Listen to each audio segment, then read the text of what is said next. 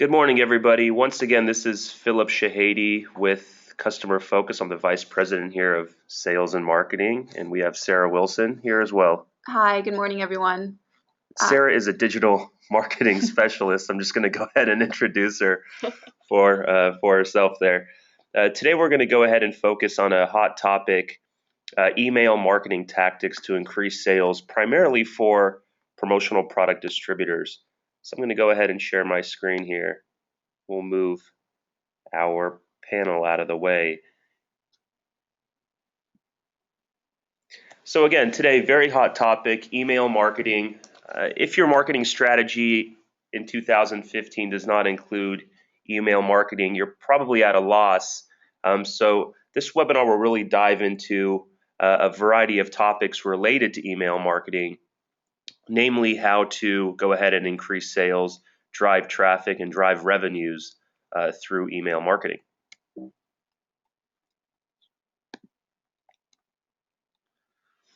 Okay, so once again, my name is Philip and I'm with Sarah Wilson here. She's our digital marketing expert. Customer Focus, to begin with, is a technology company focusing on providing web solutions to promotional product distributors and suppliers. Again, mainly in the promotional product space.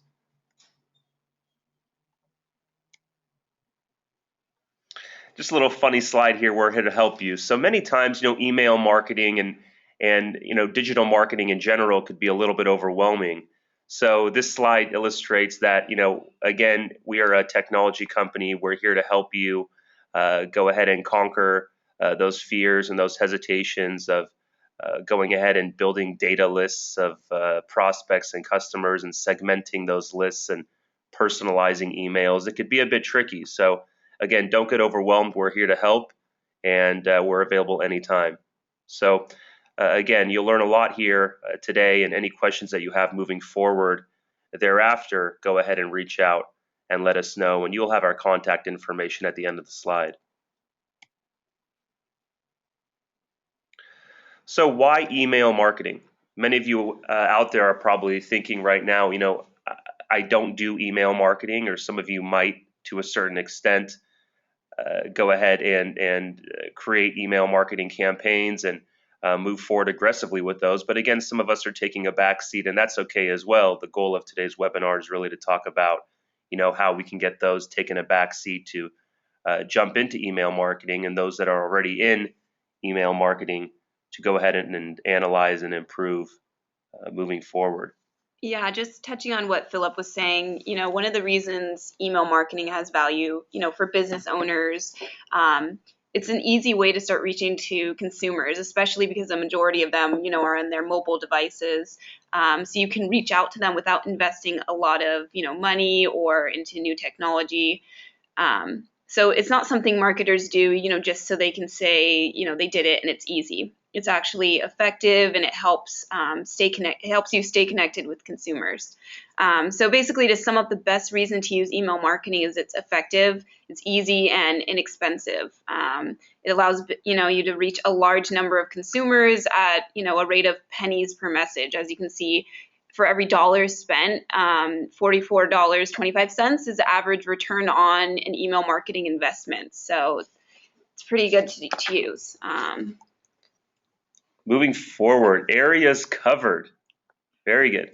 So today, a few key points we're going to cover: how to segment your list, so how to break up your database of customers and prospects, and how to personalize your messages to them, which is, again, the most effective way to email market, and we'll jump into that. That's a hot topic. Number two is the best time to send an email. So actually the time of the day and the day itself will go ahead and dictate how effective your email is with regards to open rate and click-through rate. For those of you that aren't, as familiar with those two terms, basically open rate is who opens your email, and click-through, who is clicking through on the links in your email. But we'll go into that later. We will go into that later, yes. Don't be worried. Don't jump off yet. Number three, key metrics of your email campaign. So, of course, once you send your email campaigns out, you want to go ahead and gauge how effective those email campaigns are, so you know where to put your time and effort in moving forward. we're going to go ahead and touch on some of those metrics that you have to look for and measure after sending your email campaigns out to learn and move forward more effectively. Number 4 is how to improve your click-through rate. So again, it's a very important that you get people to actually open your email and go ahead and click through on the various links in your email. Basically interact with that mass email. Okay, that ties into key metrics that you have to measure as well. Number 5 is the importance of automation. So a very hot topic these days is marketing automation and drip nurturing and drip marketing campaigns. We'll jump into what marketing automation is and what it could mean for your business in later slides. The last key point here is how to write subject lines to increase your open rate. So email marketing is sort of an art. Well, it's not sort of, it is an art. And there are many ways that you could improve, again, that open rate and click-through rate and the way that prospects or customers interact with your email. So down to the subject line, you want to make sure that you're being very calculative and taking a variety of variables into consideration, including what your subject line is, And that's because it can affect your open rate very much. Okay, so list segmentation. All right, so by narrowing your focus and sending messages to targeted groups within your list, your recipients will find your campaigns more relevant, and relevant campaigns get better results. So the message here is one size does not fit all. When it comes to segmenting your list, recognizing the difference in your buyers is a must. So you don't want to treat them all like they're the same. Look for specific attributes that you know about an individual to segment in your list, and then you want to tailor the content and offers specifically to those individuals or groups. For example, for the promotional product industry, if I'm a distributor and I cater to a few verticals, including the hospitality space, let's say the automotive, education, and so on, I'm not going to send the same email per se to my hospitality prospects as I would to my automotive companies or prospects. And the same goes for my education prospects and the other verticals that I target, because the promotional products that they might be interested in are a night and day difference. For example, if you're targeting automotive companies in Nebraska during the winter, you might want an ice scraper, but you're not going to target a hospitality company like maybe a hotel here in California with an ice scraper. So bottom line is the email that you send out needs to be personalized, and your list needs to be segmented to reflect the behavior or the wants or your perceived what you perceive your segmented list behavior to be. So again, it's all about personalization and segmenting your list and targeting depending on certain niches. Yeah, so it might take a little bit of back end work on your end, just keeping track of who is, in your email list and separating them. You might want to start out in an Excel spreadsheet, or, there's a few different systems or platforms that can segment them for you. Yeah, and we'll jump into what those platforms are and exactly what kind of tools you could leverage for marketing automation purposes.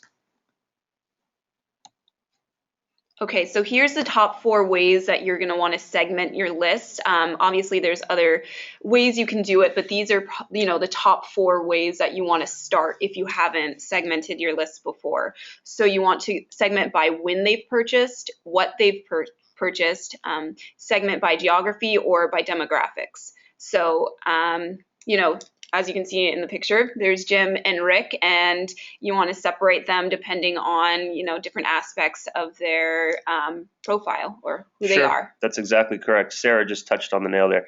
So exactly, segmenting by groups depending on a number of variables. So one could be what they've purchased in the past. So let's say I've purchased a mouse from you or a USB drive in the past, and you go ahead and search in your database by everybody who picked a particular SKU or purchased a particular SKU from you in the past, and maybe a new model has come out and you say, hey, Philip purchased a USB drive last year, this new model has come out, let's go ahead and send him an email blast with a discount code for a similar item. Or maybe I picked a mouse you say, hey, a complimentary item would be a mouse pad.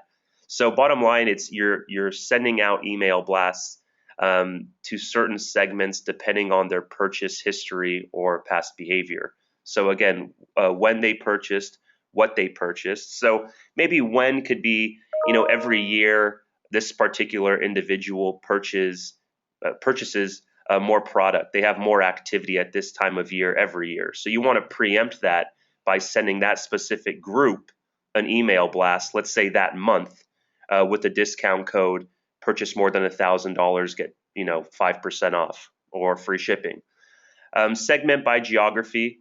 That would be very important as well, but I'd say not as important as the top two. But again, going back to that Nebraska and ice scraper idea, you would definitely want to target your lists depending on the geographic area as far as what products you're going to be offering them. Number 4, by demographic, again, very important. You want to know who's who and why exactly you're sending an email to these specific groups. You don't want to send one generic email out to everybody. It's not being as effective. So again, segment your lists, and there are a lot of tools out there and a lot of tips that could go ahead and help you do that. Okay, so if that didn't convince you, we just have a little bit of data to back up what Philip was just saying. So if you look at the data, it indicates the top 3 results. So 39% of marketers who segmented their email list experienced higher open rates. 28% experience lower unsubscribe rates, which everybody wants. You don't want people unsubscribing. You're not able to reach them then. And 24% experience better deliverability and greater revenue. So as you can see, the list goes on, but just here's the main thing to know. Your email database is made up of contacts who are, at various stages of their interaction with your business. So this means that your contacts, they're at different points in the sales cycle, and they require different types of information and communication depending on, which point they're at. That's exactly correct. And it's all about targeting your prospects during a certain point in their buyer journey. So again, this goes back to tailoring your email messages and your approach depending on exactly who your prospect is and where they are as far as their trail along the buyer's journey. Okay, so I know the main thing everybody wants to know is when's the best time to send an email. So if we look at like an optimal time to send, across the line, it's the peak time is 10 a.m. in the recipient's own time zone. And the most optimal time to send to most subscribers is on a weekday. So unfortunately, there's not, one key time or day that is going to work best where everybody sits down and goes, this is a time I want to open my emails and interact with them. But at least you do have like a general idea that you want to do it on a weekday and before noon at least. So 10 a.m. is an ideal time, but even before is okay. Yeah, and this, just to touch on this, thank you, Sarah. That's exactly correct. We all know that many times we'll get into the office in the morning and we'll sit down for about an hour or two and check our emails. Then we'll be running around the rest of the day, getting up out of our seats and so on. So again, the best time is before 10 a.m. When you catch individuals at their seats and not out at lunch and in meetings and so on. Right, but that's not to say you shouldn't test, other times, because we could be completely off and your, customers would actually be more responsive on like a Sunday evening. So the key thing is to test various times and days just to see how it goes. It's not going to hurt you if you're just testing a certain portion of your email list. Just try it out and see what works best for you. But if you don't have time to do all the testing and that, stick with the 10 a.m. on a weekday. Yeah, and I would also say that it depends on your demographic. Who you're targeting. Different businesses are obviously going to be operating differently. Take into consideration the geographic areas. If you're here in California and you're targeting, individuals on the East Coast, or let's say in another time zone, let's say out of the country, for example, you always want to take those things in consideration. So put yourself in your customer or prospect shoes, and you should be okay. So the power of A/B testing. Sarah just went ahead and touched on this, and of course she's a digital marketing expert here, so I'll let her jump into it a little bit more. But let me just preface by saying that A/B or split testing is basically a way of working out which of two campaigns is most effective. So again, you want to make sure that you're not just sticking with one mode, that you're mixing things up, and that ensures that you're going to get the best outcome. So go ahead and let's say you have two messages and you want to split them up and tweak them slightly to see which one gets the better open rate and click-through rate and is being responded to better. Go ahead and change that.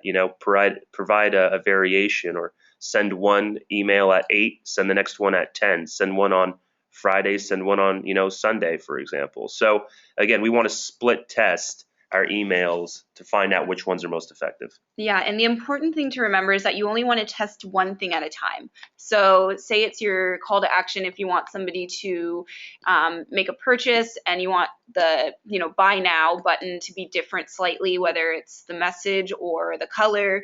You just want to focus on one key thing at a time, because that's going to make it easier for you to track it when you get the results.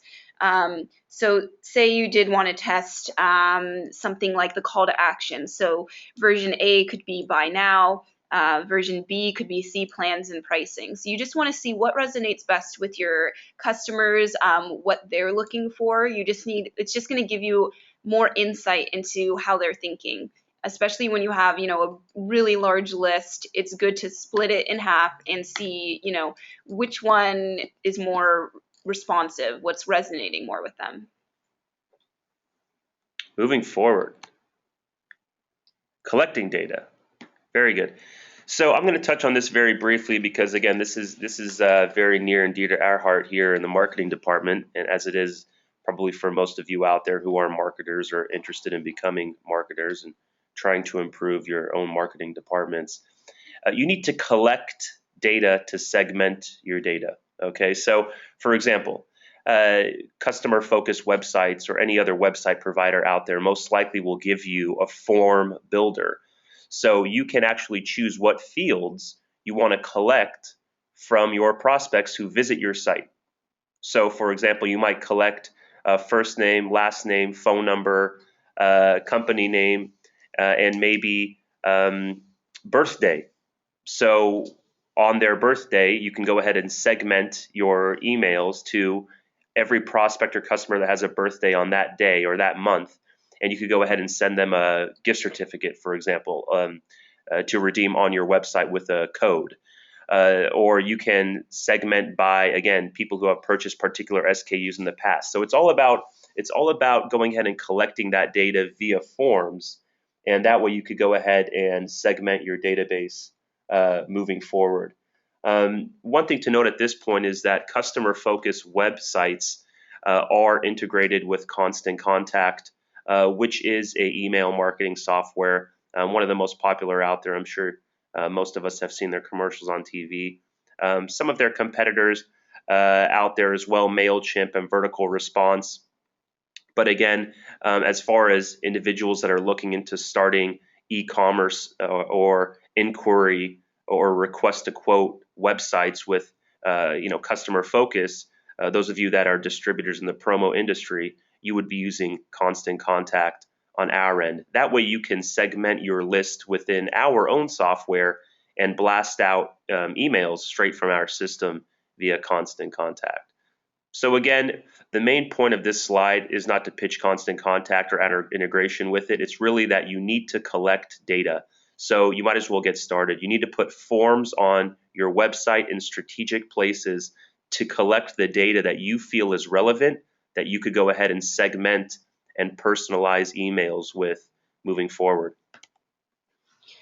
All right, so you might be wondering, what sort of data you need to collect. The main ones being, messages sent, messages delivered, hard and soft bounces, unsubscribes, messages opened, click-throughs. So we'll go into a little more detail.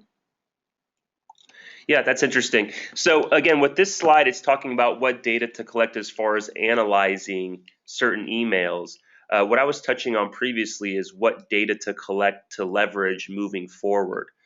So this is very important, and we'll jump into it on the next slide. But I'd also like to mention that aside from what data you want to collect to see how effective your emails are, you also want to collect data to segment with moving forward. For example, asking somebody on your website in a form with their first and last name, what is your most active trade show month, for example? And they say August. So you know that at the beginning of August, or maybe in July, you send a mass email to the list that said that their most active trade show month was in August, and you preempt that by sending a big mass email with a big trade show banner, and all sorts of promotional product material used primarily at trade shows with a coupon code. This way, again, you know that these individuals that are receiving the email have trade shows coming up that following month. And again, you're trying to preempt it. And I can guarantee that email is going to be more effective rather than sending it out blindly to your whole prospect database. So once you send out that mass email, or any email for that matter, you're going to want to see how the results were. So one of the main ones is open rate, and open rate, as the name says, it's the rate of how many people actually opened your email. So all the hard work that you put into the design and the content isn't going to be worth anything unless you're getting them to open it and actually read the content and follow through with your call to action. So this is where a captivating subject line comes into play, but we'll talk about that a little later. So open rate is literally how many people are opening your email. Okay, so your click-through rate is the number of unique individuals who clicked on one or more of your links in your email, and it's expressed as a percentage or total tracked opens. So you captivated them, with an enticing subject line. Your content and your call to action are great. So the next thing you want your customers to do is to click on the links you provided within your email. Whether it goes to purchase an item, visit your website, read a blog perhaps. So that's going to be your click-through rate. Yeah, very good. And I'd like to also say, as just a general example here, not to drag on too long here, but if you have an email and let's say you're sending it out to your prospect database and you want to start segmenting it, let's say you, for example, the message can be click here if you're interested in hospitality promotional product. Underneath, you could say click here if you're interested in automotive promotional products. And those individuals that click on the link above, to follow up with a second email with hospitality promo items, let's say in the body of the email with graphics. You wouldn't send that email with hospitality items to the individuals that clicked on I'm interested in automotive promotional products, obviously. So that first email, really who clicks on each one of the links will dictate that second email that you follow up with, which is more personalized, because from the first email, you've now been able to gauge basically what products that group is interested in.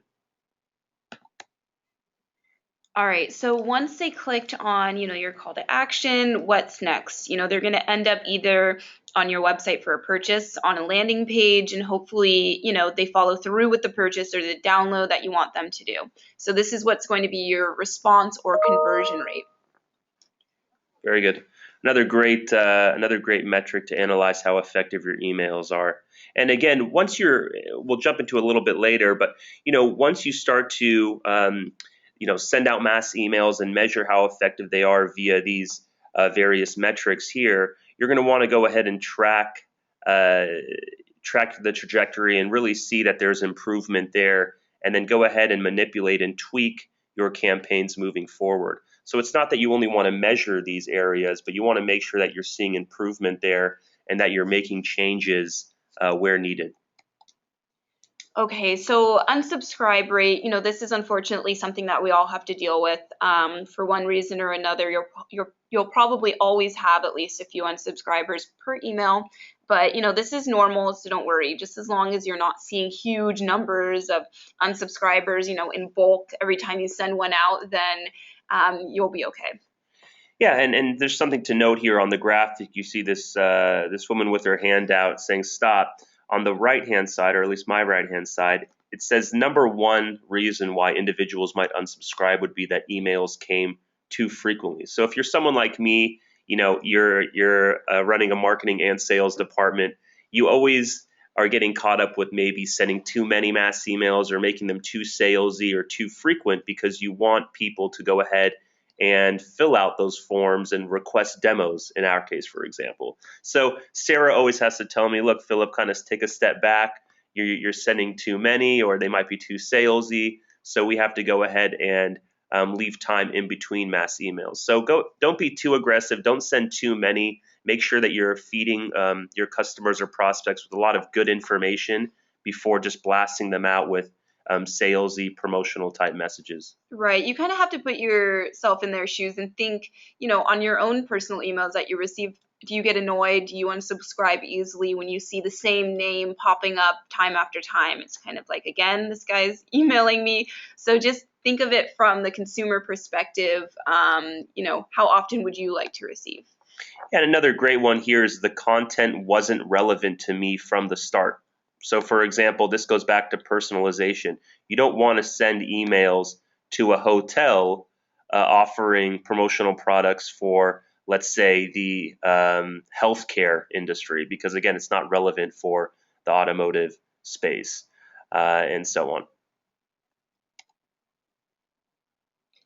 Yeah, just to tie into everything that we just mentioned, just the 4 basic metrics that you're going to want to track for your email campaigns: open rate, click to open rate, response rate, and unsubscribe rate. Those are the simple ones. And, once you're in the habit of tracking these, it'll come, like second nature to you. You just need to have, an Excel spreadsheet, track month over month, compare it to perhaps year over year, and just track how you're doing and measuring your campaign success.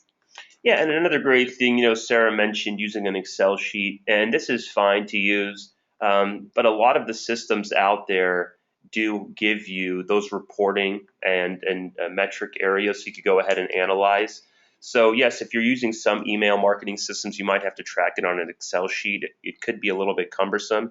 So systems like, HubSpot and Marketo and some of these others that we'll jump into in a moment, they actually give you nice dashboards where you actually don't have to manage those Excel sheets, but you could go ahead and view it in a nice user interface that's very easily understood for our promotional product space. Marketing automation.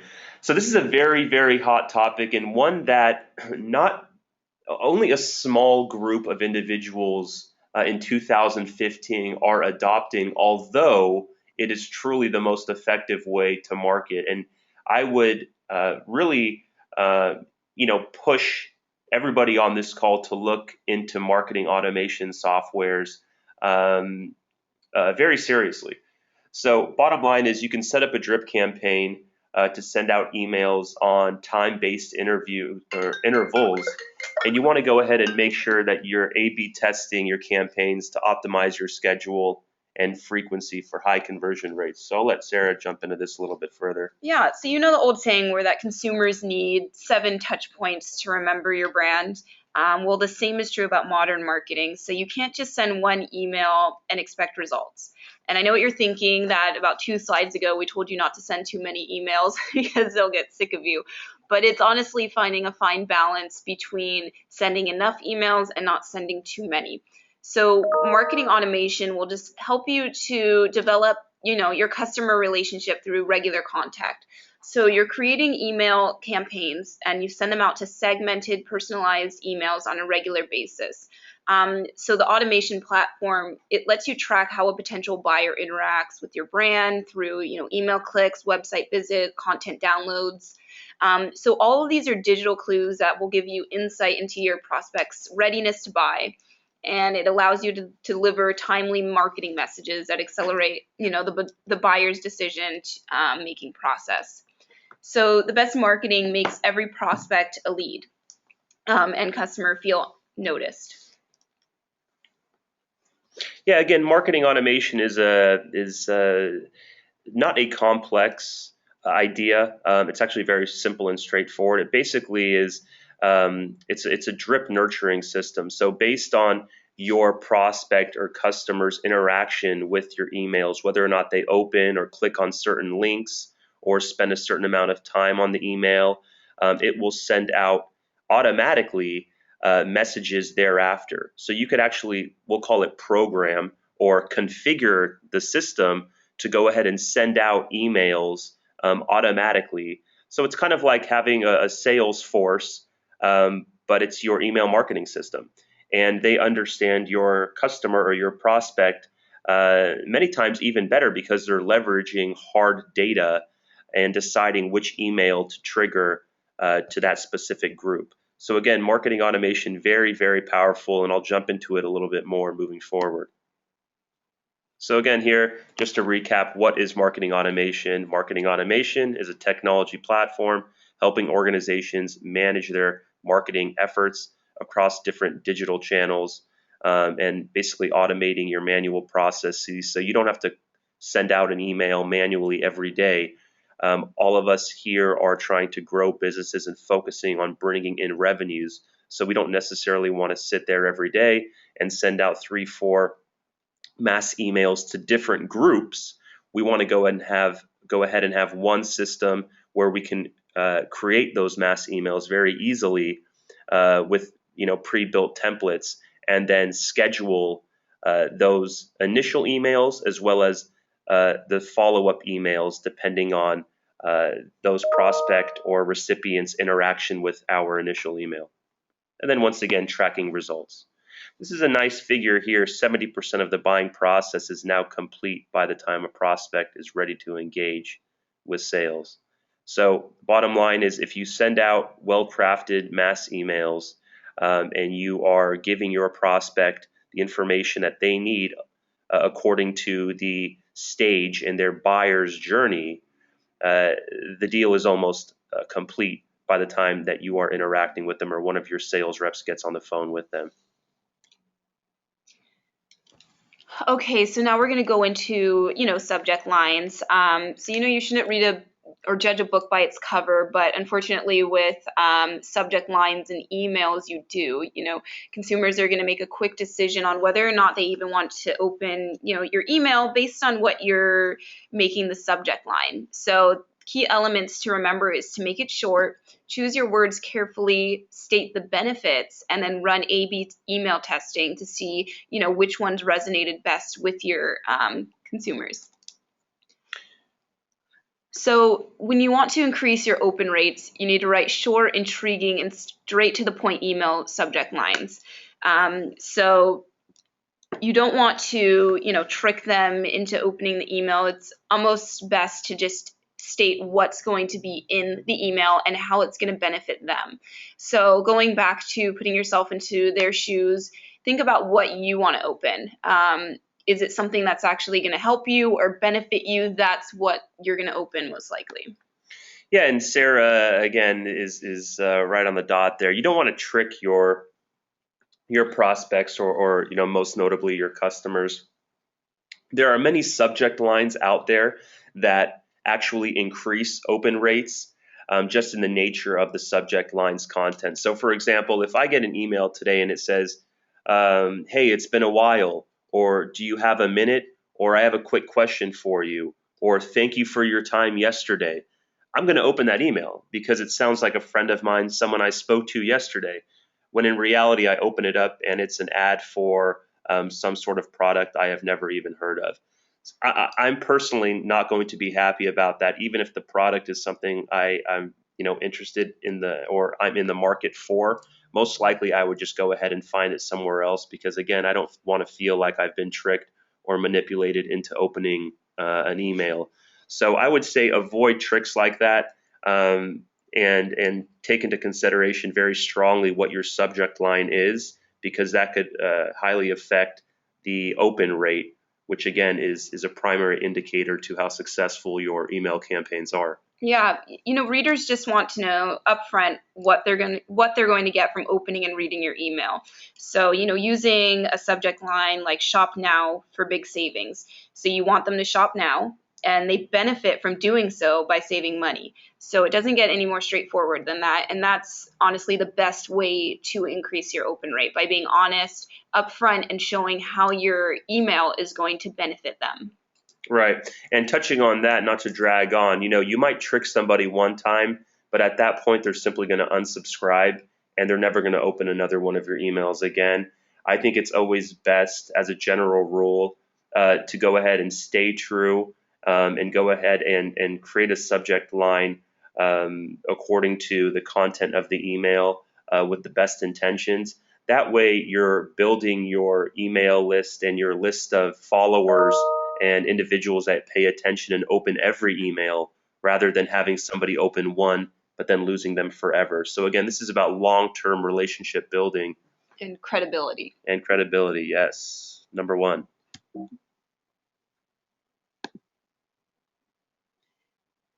Yeah, so these are just going back and kind of on previous slides on subject lines to increase open rates. So according to Forbes, an authority, some of the top words that trigger the spam filter include some of the following words like shipping, today, here, available, and online. Again, email marketing is an art form. It's because it is so cost effective and it's incredibly not only cost effective but effective in general that we really break it down into an art. And when you become familiar with the different aspects and variables involved in email marketing, it could really make a night and day difference in terms of whether or not you can generate revenues and attention from your prospects or customers. So go ahead, Sarah. Yeah, I think you'll notice on all of the spam filter words, they all have exclamation points. So you don't want to use any of those in your subject line because those can trigger your email going into spam or junk. So just be cognizant of that when you're creating your subject line. That doesn't mean that if you put on your subject line, for example, free shipping on all orders over $100, that they'll spam you. The exclamation part might be a big no-no, but these are just general guidelines. It really depends, but you do want to be careful and do a little bit of research. And you could also consult with our team as well that could advise you accordingly. So again, on the subject line, so state the benefits in the subject line. So for example, write subject lines that show readers how they'll benefit from opening the email. So you might say, view our spring launch or spring product launch. They open the email. It's a nice graphic with a catalog of their spring products. That is a very truthful subject line because they're getting what they've expected. Short and sweet. A/B testing. Okay, going back to split testing, you want to make sure that you're testing your emails and making sure that your emails are effective moving forward. So, for example, if I send an email out with the same content in the email, I might want to change the subject line for each email and see which one gets the highest open rate. That way, moving forward, I know what is effective and what is not effective. Yeah, I know we're really hammering into the subject line, but that's honestly, the way to get them to open your email. So if they're not opening it, all of your hard work and effort is lost. So we just want to really make sure that you have, a great subject line that's going to get them to open it. Exactly. More subject line. We're on it this morning. So set your subscribers' expectations on a clearly state what's inside the email. So for example, going back, we don't want to go ahead and say, hey, it was nice having lunch with you yesterday. I'm going to open that because I'm going to think, wait a minute, I didn't have lunch with anybody yesterday. Or it's been a long time, or how are you doing, my friend? Definitely I'm going to open that email because I'm going to think it's a friend of mine. But if I open it up and it's a deal for a lawnmower, I can guarantee you, even if I'm in the market for a lawnmower, I am not going to buy from that site or off of that mass email. So set your expectations, be truthful, be transparent, and once again, you have to look integrous. And I'll let Sarah jump into don't. Yeah, my favorite line right here is when it comes to email marketing, the best subject lines tell what's inside, and the worst subject lines sell what's inside. Very good. I like that. All right, there you go. So email marketing tactics to increase sales for promo distributors has been our topic here today. We've gone over a lot. I know that a few of you might, or most of you might have a decent amount of questions here. Now, what I'd like to do is go ahead and say, that again, here at Customer Focus, we offer a variety of web solutions for promo distributors, such as e-commerce, web stores. They are templated or fully customized from the ground up. We focus on building web stores that convert. We have product data from close to 300 suppliers. So our websites are fully equipped with supplier data. You can choose what suppliers, what products, at what markup to put on your web stores. We offer company store solutions, basic and advanced company stores with punch outs and budget approvals, and so on, loyalty points, gift cards. We also offer order management systems as well as ERP or accounting platforms as well, all tailored to the promotional product space. And we've been doing this for over 10 years. So come to us with any questions that you have regarding web solutions in general for your industry, the promotional product industry, or go ahead and let us know if you have any questions about email marketing and how to initiate or improve on a existing campaign. One thing I'd also like to mention before everyone gets off here is that you could go ahead and contact me personally at philip@customerfocus.com. We didn't put a slide in here at the end, no biggie, but once again, philip@customerfocus.com. So it's 1LPHILIP at customerfocus.com. And you could also reach Sarah at Sarah.wilson@customerfocus.com. And I think you all have my email since I sent out the webinar invite. So feel free to respond to that invite if you'd like to ask me any questions or if you have any comments about the webinar today.